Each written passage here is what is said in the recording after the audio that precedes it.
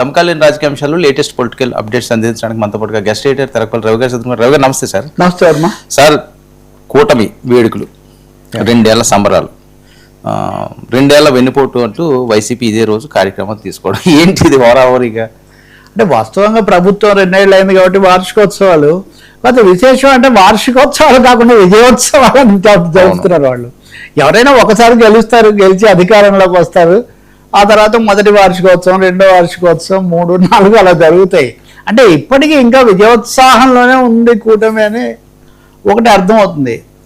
రెండవది, మొన్న తిరుపతిలో 3-4 రోజుల కింద జరగాల్సింది విశాఖపట్నంలో ప్రమాదం జరిగిందని దాన్ని అప్పటికి వాయిదా వేసి ఈరోజు జరుపుతున్నారు. ఈరోజు సభలో వాళ్ళ మూడ్ అది తెలుస్తుంది. రెండో వైపున మీరు అన్నట్టుగా ఈ వాగ్దానాలన్నీ భంగం చేశారు 2 ఏళ్లలో. అందుకని ఇది వెన్నుపోటు దినోత్సవం అని వైసీపీ వాళ్ళు ఒక బుక్లెట్ విడుదల చేసి వాళ్ళు అన్ని చోట్ల చేస్తున్నారు.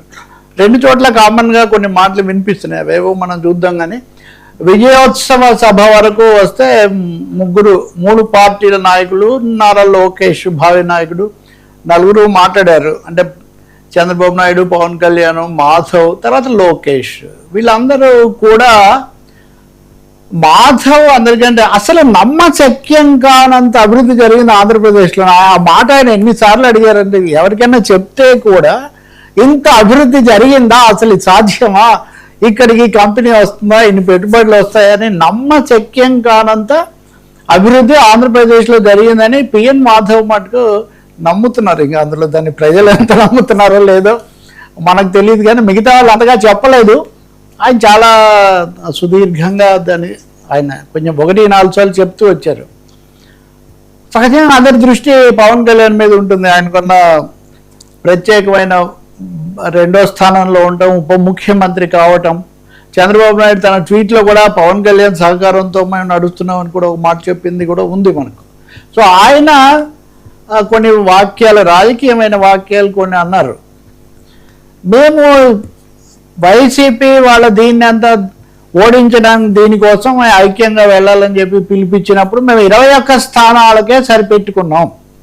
21 స్థానాలకే సరిపెట్టుకున్నందుకు చాలామంది మమ్మల్ని విమర్శించారు, లేకపోతే మమ్మల్ని మేము తగ్గించుకున్నాం అన్నారు. కానీ మేము రాష్ట్రం కోసం వాటిని వదులుకున్నాము. అందుకోసం ప్రజలు మాకు 100% స్ట్రైక్ రేట్ మొత్తం అన్ని స్థానాల్లో గెలిపించి మా త్యాగం అనేది సత్ఫలితాలు ఇచ్చే విధంగా చేశారు అనేది. అంటే బహుశా 2వ వార్షికోత్సవం జరుగుతున్నా కానీ ఇంకా ఎన్నికలప్పుడు తీసుకున్న సీట్లు, అప్పుడు ఏం జరిగింది ఏంటి అనేది మటుకు పవన్ కళ్యాణ్ బుర్రలో బాగా అది ఇంకా చాలా బలంగా ఉన్నట్టు కనిపిస్తుంది. రెండవది, మోదీ గారి దేశానికి నాయకత్వం, చంద్రబాబు నాయుడు గారి దార్శనికత, ఇవన్నీ కలిసి రాష్ట్రాన్ని చాలా ముందుకు తీసుకుపోతున్నాయి.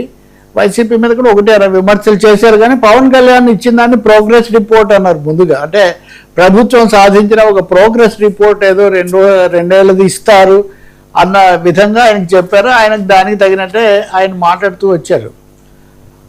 బహుశా హైలైట్ ఈరోజు ఈయనది, లోకేష్ యువ నాయకుడు, యువగలాన్ని మళ్ళీ గుర్తు చేశాడు. జగన్ జన్ జీ అన్నారు కదా, నేను జన్ జీ, నేను కూడా కాక్రోచ్నే అన్నారు. జన్ జీ అంటే జీ ఫర్ గొడ్డలి. జగన్ చెప్పే జన్ జీ గొడ్డలి.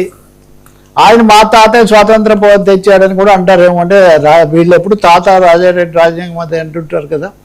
కాబట్టి ఒక విధ్వంసాన్ని నుంచి మేము రాష్ట్రాన్ని మళ్ళీ కాపాడి తీసుకొని వచ్చాము, అభివృద్ధి జరిగింది. చంద్రబాబు నాయుడు కూడా అదే చెప్తూ 1-2 సార్లు ఈ పెట్టుబడులు అవన్నీ వచ్చి నేను స్వర్ణాంధ్ర అంటే ఏదో అన్నారు, కానీ ఇప్పుడు జొన్నగిరిలో బంగారు కూడా గనులు కూడా పడేట్టుగా ఉన్నాయి. కాబట్టి ఇవన్నీ నిజంగా స్వర్ణాంధ్రం అయిపోతుంది అని ఇప్పుడు ఆయన నమ్మశక్యం కానీ అని ఆయన అంటే, చంద్రబాబు గారు నిజంగా బంగారు కూడా ఇక్కడ దొరికే పరిస్థితి వచ్చే, నిజంగానే స్వర్ణగిరి కాదు జొన్నగిరి అయిందని చెప్తూ ఉంటారు.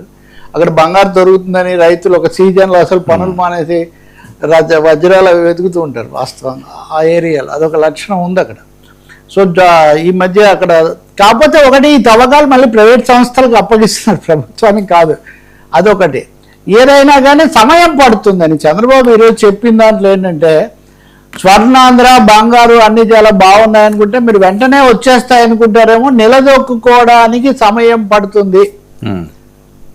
ఒక కాషన్ చెప్తున్నారు ఆయన. అంటే దూసుకుపోవడమే, ఇంకా అన్ని చేసుకుపోవడమే అని కాకుండా మళ్ళీ మామూలుగా సైబరాబాదులు తర్వాత ప్రజావేదిక విధ్వంసాలు ఈ లిస్ట్ ఒకటి ఉంటుంది కదా, అవన్నీ చెప్పడంతో పాటు అన్నీ బాగా జరుగుతున్నాయని చెప్తుంటే మీరు ఏదో ఇప్పటికిప్పుడు అయిపోతాయి అనుకుంటారేమో. అనుకోవద్దండి. రాష్ట్రం వెంటిలేటర్ మీద ఉండింది. వెంటిలేటర్ మీద ఉన్నప్పుడు మేము ఆక్సిజన్ ఏదో సమకూర్చాము.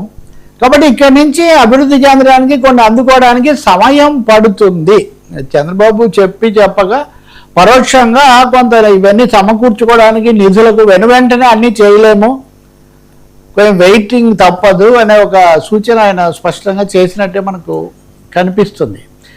ఇది వీళ్ళ విజయోత్సవ కార్యక్రమం లేకపోతే వార్షికోత్సవం. రెండో వైపున వెన్నుపోటు కార్యక్రమం తిరుపతిలో, అంటే ఈ సభ జరుగుతున్న తిరుపతిలో భూమన కరుణాకర్ రెడ్డితో సహా అన్ని ముఖ్యమైన కేంద్రాల్లో వైసీపీ కీలక నేతలంతా వీధుల్లోకి వచ్చి చాలా భారీగా ప్రదర్శనలు నిరసనలు చేయటం, కొన్ని చోట్ల కొంత ఉద్రిక్తత, అసలు తిరుపతిలోనే ఉద్రిక్తత పెరుగుతుందేమో అనుకున్నారు. ఎందుకంటే 2 సభలు పోటాపోటీగా జరిగితేనే. అదృష్టవశాత్తు అవి అలా జరగనందుకు మనం సంతోషించాలి. ఇప్పుడు జీ ఫర్ గొడ్డలిని లోకేష్ అంటుంటే కొడాలి నాని చాలా రోజుల తర్వాత వచ్చి అవును మాది గొడ్డలే, శివుని చేతిలో గొడ్డలు ఉంటుంది, పరశురాముడి చేతిలో గొడ్డలు ఉంటుంది, దుర్గాదేవి చేతిలో గొడ్డలు ఉంటుంది. ఈ గొడ్డలితో మేము అవినీతిని నరికి భూస్థాపితం చేస్తాము అంటే 2 సభల్లో గొడ్డలి కామన్. వీళ్ళు గొడ్డలి పార్టీ గొడ్డలి అని వీళ్ళు అంటుంటే అవును మాది గొడ్డలే, మేము మీ అవినీతిని ప్రశ్నిస్తాం కాబట్టి మిమ్మల్ని ఎదుర్కొంటాం కాబట్టి మీకు గొడ్డల్లాగే కనిపిస్తాము, మేము దీని అంతటినీ కూడా భూస్థాపితం చేస్తాము అని ఒక తీవ్ర స్థాయిలో బహుశా 2 ఏళ్ల నాడు అంటే కొత్త అధ్యాయం మొదలవుతుంది. నేను మీతో చాలాసార్లు అన్నట్టు ఎలక్షన్ సీజన్ మొదలవుతుంది ఈరోజు. 2 ఏళ్ల కాలం ముగిసి మిగిలిన 2 ఏళ్ల కాలం ఇంకా ఒకరితో ఒకరు హోరాహోరీ ఇది పెరుగుతూ ఉంటుంది. ఇంకా అరెస్ట్ల కేసుల ఈడీలా సిఐడీలా ఇటువైపు నుంచి జరిగితే వాళ్ళేమో వెన్నుపోట్ల ఇంకోటి వాళ్ళు చేస్తే ఇవన్నీ కూడా జరుగుతూ ఉంటాయనేది మనకి ఇక్కడ స్పష్టంగా అర్థమవుతుంది. ఇంకా మూడోది చాలా చోట్ల ఇప్పుడు ఉదాహరణకు అనంతపురం దగ్గర పెద్దారెడ్డి కేతిరెడ్డి పెద్దారెడ్డి అని చాలా రోజులు రానానికి ఇప్పుడు అవకాశం కోర్టే విడుదల చేసింది ఆయన వెళ్ళి అక్కడికి చేసుకోమని. తాడిపత్రి దగ్గర వెళ్ళేసరికి అక్కడ మళ్ళీ జేసీ ప్రభాకర్ రెడ్డి కేతిరెడ్డి ఇదంతా మళ్ళీ అక్కడ హోరాహోరీ. బొత్స సత్యనారాయణ లాంటి ఆయన కూడా వచ్చి వాళ్ళ దగ్గర చేస్తున్నారు. గుంటూరులో అంబటి రాంబాబు చేస్తున్నారు. అంటే నా ఇంటి మీద దాడి చేస్తే నా మీద కేసు పెట్టి నన్ను అరెస్ట్ చేశారు, ఇంత అన్యాయం జరుగుతుంది అని. అంటే వైసీపీ పాలనలో విధ్వంసం జరిగిందన్న విషయం చెప్పడానికి కూటమి ప్రయత్నిస్తుంటే కూటమి రెడ్ బుక్ పాలనలో మమ్మల్ని వేటాడుతున్నారు, మమ్మల్ని అరెస్టులు చేస్తున్నారు, మా మీద దాడులు చేసి మమ్మల్నే మళ్ళీ నిర్బంధిస్తున్నారు అనే ఒక సందేశం చెప్పడానికి వీళ్ళు ప్రయత్నిస్తున్నారు. ఇంకా మిగిలిన లెక్కలు డిఎస్సీలు, నిన్న జగన్ డిఎస్సీ గురించి చెప్పారు, ఇట్లాంటివన్నీ ఉన్నాయనుకోండి. సో ఒక విధంగా ఆంధ్రప్రదేశ్ రాజకీయ రణస్థలంలాగా మారిపోయింది, రాజకీయ రణరంగంలాగా రాజకీయ రంగస్థలంలాగా మారిపోయింది 2 ఏళ్ల నాటికి. హాఫ్-వే మార్క్ అనుకుంటే, ఎందుకంటే చివరి సంవత్సరం ఎన్నికల సంవత్సరం వదిలేస్తే పైగా జమిలీ ఎన్నికలు రకరకాల ఆ ఎన్నికలు ఎప్పుడు వస్తాయో తెలియదు కాబట్టి అందువల్ల హాఫ్-వే మార్క్ సిగ్నల్స్ ఏంటంటే టెన్షన్, అటు ఇటు మొహరించిన రాజకీయ పక్షాలు అన్నది మనకు అర్థమవుతుంది.